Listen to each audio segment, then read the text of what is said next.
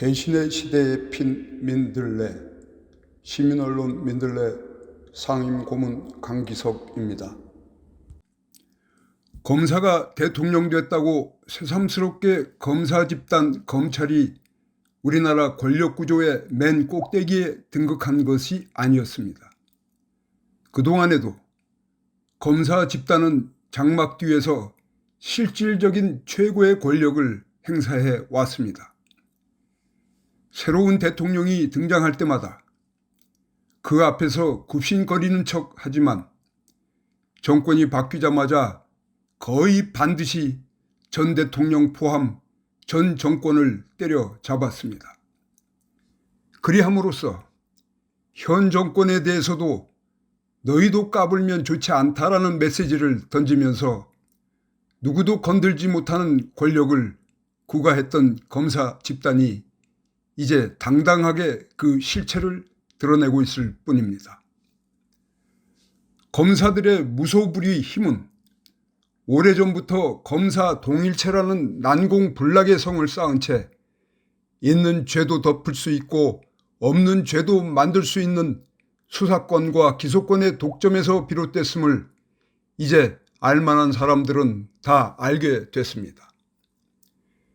그 힘으로 조국을 치고 이재명을 올가매며 드디어 당대의 대장검사 윤석열을 대통령 자리에 밀어 올린 것입니다. 그의 입에서 대선 후보 시절 대통령 임기 5년이 뭐가 대단하다고 너무 겁이 없어요.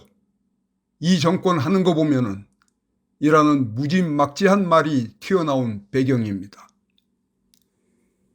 정의의 사도를 자임하는 검사들의 우두머리가 권력을 잡았으니 세상은 완벽하게 정의로워졌을까요? 아니, 조금이라도 과거보다 정의로워졌을까요? 전혀 그렇지 않다는 사실이 바야흐로 우리의 눈앞에 끔찍한 악몽처럼 펼쳐지고 있습니다. 경제 안보의 무능, 이태원 오송 참사의 무책임, 인사비리와 간급공사의 비리, 양평 고속도로 부패, 대일 대미 외교의 비굴함이 뒤섞인 리더십으로 인해 나라가 나락으로 떨어지고 있습니다.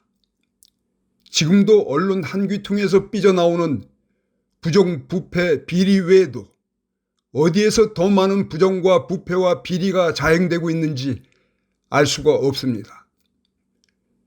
적발하고 수사하고 처벌해야 할 검사들이 온통 우두머리를 따라 정치권으로 뛰어들거나 현직에 남아서도 유권무죄, 무권유죄에 충실하기 때문입니다. 이렇게 검사들은 파사현정이라는 자신의 직업윤리를 철저히 배신하고 있습니다. 검사들뿐입니까? 거의 모든 다른 공적 직업을 가진 자들도 열심히 자신들의 직업윤리를 배신하고 있습니다. 기재부와 교통부 고위 공무원들, 외교부와 교육부, 국방부 고위 공무원들, 감사원 공무원들까지 모두 정치적 중립을 지키며 공익과 국익을 위해 헌신해야 한다는 사명과 함께 부여받은 권한을 오로지 개인의 영달을 취하는 데 사용하고 있습니다. 정치검사와 한 통속으로 노는 정치 판사들의 직업윤리 역시 비온 날 낙엽처럼 땅바닥에 뒤떨어져 뒹굴고 있습니다. 정치인들은 또 어떻습니까? 특정 정당 소속 국회의원들이 정치적 중립을 지켜야 한다는 말은 어불성설이려니와 그렇다고 그것이 정치인들은 공익을 팽개치고 사익을 추구해도 좋다는 허가는 아닐 것입니다. 이렇듯 삼권의 공직 세계가 무너진 가운데 더욱 심각한 것은 지식인들, 그 중에서도 언론에 종사하고 있는 언론인들의 직업윤리마저 철저히 붕괴한 것입니다. 언론인은 공무원이 아닙니다. 하지만 언론인은 그 어떤 공무원 못지않게 중요한 공적 업무를 수행하는 직업에 종사하는 자들이라고 할 수 있습니다. 행정, 입법, 사법 3권을 감시 비판할 뿐 아니라 전 사회에 정보를 유통시키고 공론화하는 등 민주주의를 유지하는 핵심 역할을 한다는 점에서 그 어떤 공직보다도 더 중요한 공무를 수행한다고 할 수 있습니다. 그런 언론인들의 직업윤리가 완전히 무너진 것입니다. 진실을 추구하고 사실을 보도해야 할 자들이 왜곡과 편향으로 찌그러진 뉴스, 심지어 가짜 뉴스까지 남발하고도 눈 한 번 깜빡거리지 않는 것입니다. 사실 오늘날 한국 사회에서 언론이 이 지경이 된 것은 언론인들 개개인의 윤리 문제 이전에 언론 소유구조 문제에서 비롯됩니다. 즉 대다수 언론사가 특정 족벌이나 재벌, 종교재단, 건설사의 사적 소유물로 전락해 이들 소유주들의 사적 이해관계, 나아가 이들이 총체적으로 얽혀있는 기득권의 이익에 종사할 수밖에 없는 구조이기 때문이라는 것입니다. TV조선을 거느린 조선일보나 JTBC를 거느린 중앙일보 같은 막강 언론사 사주들은 얼마든지 술자리에서 서울중앙지검장을 만나 이자가 대통령이 될 만한 인물인지 가늠해보고 자기들의 그런 판단과 의지를 자기가 거느린 기자들을 통해 여론화시킬 수 있는 힘이 있는 것입니다.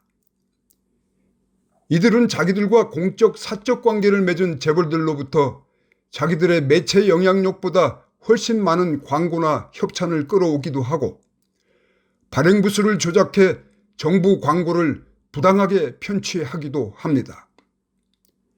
건설사를 사주로 둔 언론사는 계약을 따내고 불법과 부정을 가리고 부동산 경기를 부양하기 위해 목을 맵니다.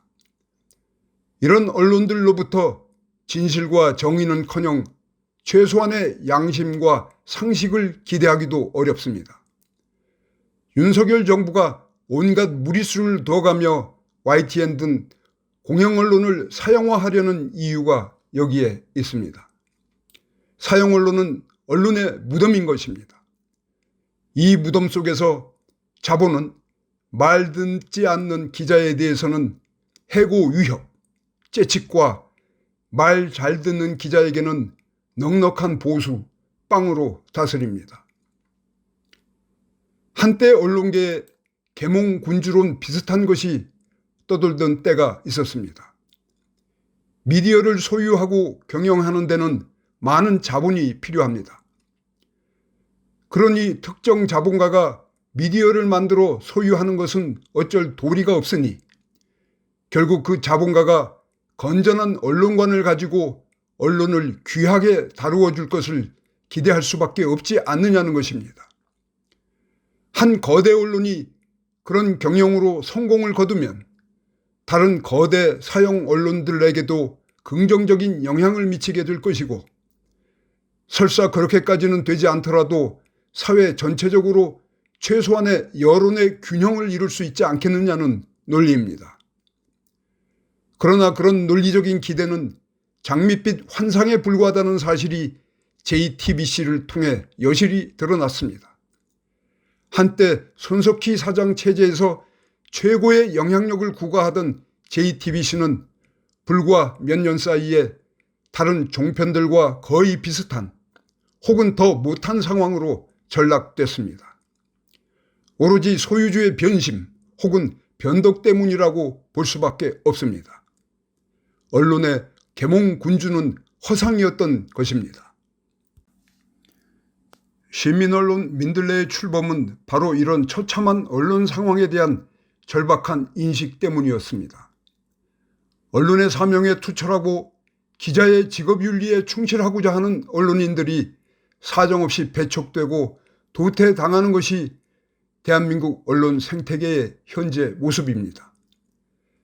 사적 욕망에 휘둘리는 언론의 심각성은 자본에 종속되거나 권력의 비굴한 소유주가 장악한 거대 언론사뿐 아니라 몇 사람, 심지어 1인 유튜브 방송에도 해당되는 문제입니다. 사적으로 소유된 언론은 언제라도 순식간에 저널리즘을 배신하고 위태롭게 만들 개연성이 있습니다. 놀랍게도 수천 명의 시민들이 한국 언론에 대한 우리의 이 같은 인식에 동의하고 이런 참담한 언론 생태계를 바꿔보겠다는 우리의 의지에 열화와 같은 성원을 보내면서 순식간에 민들레의 기반을 만들어 주셨습니다. 그리하여 지난 1년 자기 직업윤리에 충실하고자 결심한 연부 역강한 기자들이 역시 자신들의 시대적 직분과 소명에 부응하고자 하는 지식인, 학자, 전문가들과 힘을 합쳐 매일 뉴스를 생산해 왔습니다. 민들레 구성원들은 이제 자신들의 소명을 분명히 알고 있는 언론인들, 시민사회 대표들과 함께 사단법인 시민언론 보루를 출범시키고자 합니다. 주식회사 민들레의 주식을 사단법인 보루로 양도해 사적 소유구조를 공적 소유구조로 바꾸려는 것입니다. 명실상부 시민이 주인된 언론사가 되는 것입니다. 민들레 역시 사주의 욕망과 의지로부터 자유로울 수 없을 것인데 민들레의 사주는 6천여 명의 깨인 시민들이며 그 시민들의 욕망은 반칙과 특권이 없는 세상, 원칙과 상식이 통하는 세상, 사람이 사람 대접을 받는 세상을 이루는 것이라고 생각합니다. 또한 그 시민들의 의지는 민주주의 수호를 위해 불타고 있습니다. 시민들의 그런 욕망과 의지를 받드는 언론사가 편향과 왜곡, 편견, 거짓으로 찌그러진 뉴스를 생산할 리는 없을 것입니다. 광명정대하고 정론직필하는 고든 언론, 참 언론인이어야 할 것입니다. 지금은 비록 탕류 속 한 줄기 맑은 물에 불과할지 모르나 시민들의 성원과 지지 속에 끝없이 흐르고 흘러 큰 강물을 이룰 것입니다. 언제나 그렇듯 진실과 정의는 힘이 세기 때문입니다.